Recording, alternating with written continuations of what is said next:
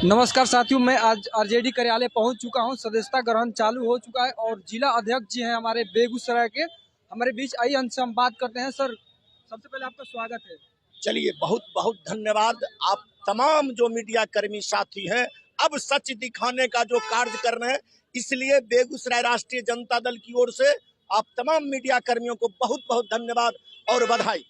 Sir, आज पूरा देखे कि भीड़ लगा हुआ है, क्या था आज पार्टी में सब लोग जुटे? देखिए, सबसे पहले हम तमाम जिला अध्यक्ष, जो जिला के प्रधान महासचिव हैं, जो महिला बहन अध्यक्ष आई थी, और खास करके युवा राष्ट्रीय जनता दल के जो जिला अध्यक्ष साथी आए थे, तमाम लोगों को जो खुशहाली देख रहे हैं चेहरे पर, इसका खास करके आज जो आर्थिक न्याय के महानायक माननीय तेजस्वी प्रसाद यादव हम लोगों के बैठक में शिरकत किए, इसलिए हम लोग खुशी में दिखाई दे रहे हैं।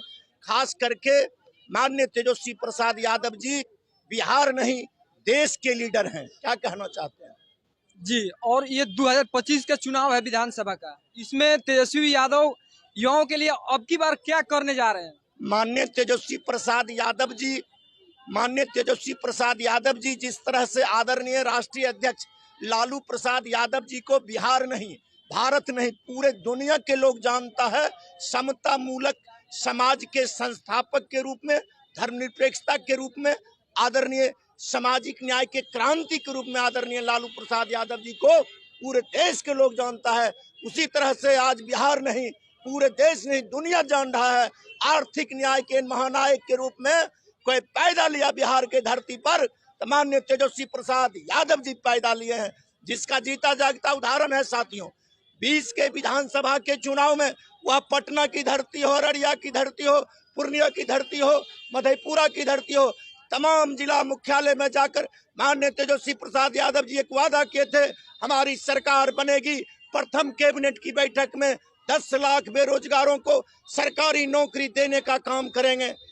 अल्पकाल में हमारे नेता ने 5 लाख बेरोजगारों को सरकारी नौकरी देकर यह साबित कर दिया, जो हम बेरोजगारों को रोजगार देने वाले हैं, आर्थिक उन्नति लाने वाले हैं, देश में धर्माद नहीं लाएंगे, देश में कत्ले आम नहीं करवाएंगे। हमारे नेता का उद्देश्य है बिहार का विकास हो, देश का विकास हो, युवाओं की विकास हो, आर्थिक उन्नति हो। ये तो बात ठीक है कि तेजस्वी यादव जी ने आए सरकार में तो मतलब कि युवाओं को इतना रोजगार दिए, लेकिन अब की बार जो है आप लोगों का क्या मतलब कि विशेष मतलब कि सोच रहे हैं आप करने के लिए? 2025 में आप सरकार में आपकी पार्टी आती है, अब क्या नया प्लान आप लोग बनाए हैं? आप तो देख लिए, हमारे नेता के द्वारा घोषणा हो गया है माई बहिन मान योजना, जिसमें सभी जाति, सभी धर्म, सभी वर्ग के माताएं बहनों को राष्ट्रीय जनता दल की सरकार बिहार में गठन होगी, प्रत्येक माह 2500 रुपया दिया जाएगा। वह सामाजिक सुरक्षा पेंशन हो, राष्ट्रीय वृद्धावस्था पेंशन हो, बिहार में राष्ट्रीय जनता दल की सरकार की गठन होगी, प्रत्येक माह 1500 रुपया दिया जाएगा।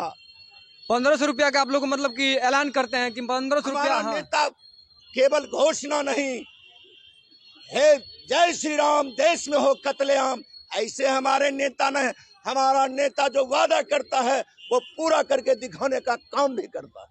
यस, ये तो बात सही है कि जो वादा किए थे 17 महीने सरकार में रहे, लेकिन करके दिखाए हैं। लेकिन अब की बार आप लोग का है कि जो 1500 रुपया का आप लोग बोल रहे हैं कि 1500 रुपया का जो देना है, तो क्या ये सत्य है? आप सरकार में आते थे तो करेंगे ये सब?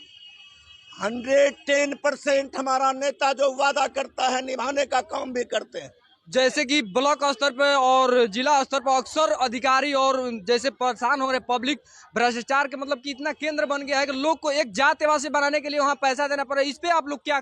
देखिए, हमारा नेता सरकार में आते ही जो भ्रष्टाचार चरम सीमा पर है, जो महाजंगल राज चल रहा है बिहार में, इस प्रशासन को दुरुस्त करके महाजंगल राज भी खत्म करेंगे और भ्रष्टाचार भी बिहार से मिटा देंगे। बीजेपी तो बोलती है कि आरजेडी का जो है सरकार आती है तो जंगल राज हो जाता है। शर्म लगना चाहिए भारतीय जनता पार्टी वाले को, उसके नेता को। कौन ऐसा दिन है किस पंचायत में हत्या नहीं हो रही है? कौन ऐसा दिन है किस पंचायत में अपहरण की घटना नहीं हो रही, लूट की घटना, बलात्कार की घटना है? और उसके शासन काल में तो कुकृत्य इतना बड़ा हुआ जो अंग्रेजी हुकूमत में भी नहीं हुआ था। माता बहनों को मणिपुर में नंगा दौड़ाया गया। उसको शर्म लगना चाहिए बोलने में। भारतीय जनता पार्टी को शर्म लगना चाहिए। पूरे बिहार नहीं, पूरे देश के लोग जान रहे हैं बिहार में महाजंगल राज कायम हो गया। ये आप बात बोल रहे हैं, लेकिन बीजेपी वाले बोलते हैं कि नहीं, ऐसा बात तो है ही नहीं है, कहीं घटना हो ही नहीं रहा है। तो बेशर्म है, उसके पास शर्म नाम का चीज भारतीय जनता पार्टी वाला को है। उससे पूछिए मणिपुर में मां बहन को नंगा नहीं दौड़ाया गया, नंगा नहीं दौड़ाया गया। बिहार में कौन ऐसा जिला है जहां प्रत्येक दिन हत्या की घटना नहीं घट रही है, लूट की घटना नहीं घट रही है, अपहरण की घटना नहीं घट रही है, बालाएं के साथ बलात्कार की घटनाएं नहीं घट रही है। शर्म लगना चाहिए भारतीय जनता पार्टी वाले को। सर एक बात और है कि आप जैसे कि पार्लियामेंट में अमित शाह जी जो बात बोले हैं बाबा साहब को लेकर, इस पर आप लोग का क्या कहना है? देखिए पूरे देश के जो हमारे महानायक थे, महापुरुष थे, आज उनका आत्मा कलंकित हो रहा है। डॉक्टर राजेंद्र प्रसाद भी अखंड विद्वान थे, अखंड विद्वान थे। डॉक्टर लोहिया अखंड विद्वान थे, डॉक्टर लोहिया अखंड विद्वान थे। राष्ट्रपिता महात्मा गांधी का भारत, जिनके अध्यक्षता में संविधान की गठन हुई, वह बाबा साहब को गाली देने का मतलब इस भारत को गाली देने का बराबर हुआ। आज अमित शाह पूरे भारत को गाली दे रहा है, पूरे भारत को गाली दे रहा है। पूरे भारत बर्दाश्त करने का बाबा साहब का अपमान इस भारत देश का अपमान है। एससी एसटी ओबीसी के नेता उसमें भी बैठे हैं जो कि उनके पार्टी में थे, एनडीए में जो भी है एससी एसटी के नेता, इस पर कुछ बोल ही नहीं रहे। अभी तो आप कहे भ्रष्टाचार मिटाइएगा, कुछ वैसे भ्रष्ट लोग, चमचा लोग बैठे हैं। आज हमारे संविधान निर्माता बाबा साहब डॉक्टर भीमराव अम्बेडकर को गाली दे रहा है, वो मैच थपथपा रहे हैं। याद करिए, जो रामराज की चर्चा हो रही है, फिर पत्थर छुआ जाएगा, फिर खटिया पर लोग नहीं बैठेगा। उस राज की कल्पना दिखाकर पूरे भारत के शोषित पीड़ित ओबीसी एससी एसटी को पुनः गुलाम बनाने का षड्यंत्र चल रहा है। यही एक टेलर था।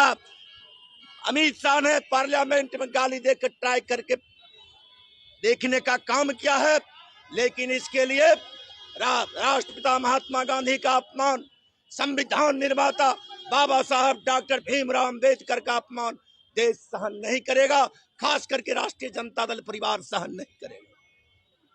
तो ये देखते हैं अक्सर अब देश में इतना इस चर्चा का विषय बन चुका है, लोग जगह जगह पर इस पर मतलब रोड पे उतर रहे हैं और महिलाओं भी उतर रही है कि बाबा साहब का अपमान हुआ, लेकिन ओबीसी एससी एसटी के नेता जो उनके साथ में है इसकी आवाज नहीं आ रही है। जैसे कि राम संविधान निर्माता बाबा साहब डॉक्टर भीमराव अम्बेडकर का अपमान किया,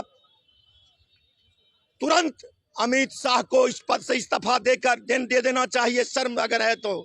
जो संविधान निर्माता, जिस संविधान के बदौलत वो पार्लियामेंट पहुंचे, गृह मंत्री के पद पर हैं, उस बाबा को गाली दे रहे हैं, उस संविधान को गाली दे रहे हैं, उस देश को गाली दे रहे हैं। अगर इस पर जो चुप बैठने वाला लोग है, बुझिए जयचंद है। ये तो बात सही है कि बाबा साहब का ही देन है कि आज हर कोई अपने जिंदगी आज़ादी से जी रहा है। आज हम ये भी काम ये कर रहे हैं तो बाबा साहब का ही देन है। लेकिन इस बाबा साहब को आवाज जैसे कि उठाना चाहिए लोगों को, जो भी एससी एसटी के नेता है, इसको उठाना चाहिए कि नहीं उठाना चाहिए? जैसे आरजेडी आप करता है और जिला अध्यक्ष है, आपसे पूछे तो आप बोले कि नहीं, बाबा साहब को बहुत अपमान किया गया है, उनको पद से इस्तीफा दे देना चाहिए, जैसे आप बताए ना। तो क्या उन लोगों को नहीं ये बात सोचना चाहिए? बाबा साहब का अपमान नहीं सहेगा हिंदुस्तान। पूरे हिंदुस्तान को गाली देने वाला को हिंदुस्तान सहन नहीं करेगा। अच्छा, प्लान पे आप क्या बोलना चाहेंगे? प्लान पे जैसे कि अक्सर बिहार का बेरोजगारी इतना बढ़ चुका है कि लोग प्लान कर रहे हैं, अदर मतलब कि कंट्री में भी जा रहे हैं और अदर स्टेट में भी जा रहे हैं, जो कि बिहार का अक्सर लोग इस पे क्या? आर्थिक न्याय के महानायक माननीय तेजस्वी प्रसाद यादव जी को सरकार गठन होते ये प्लान रुक जाएगा। चलिए, बहुत बहुत धन्यवाद सर, अपना टाइम दिए और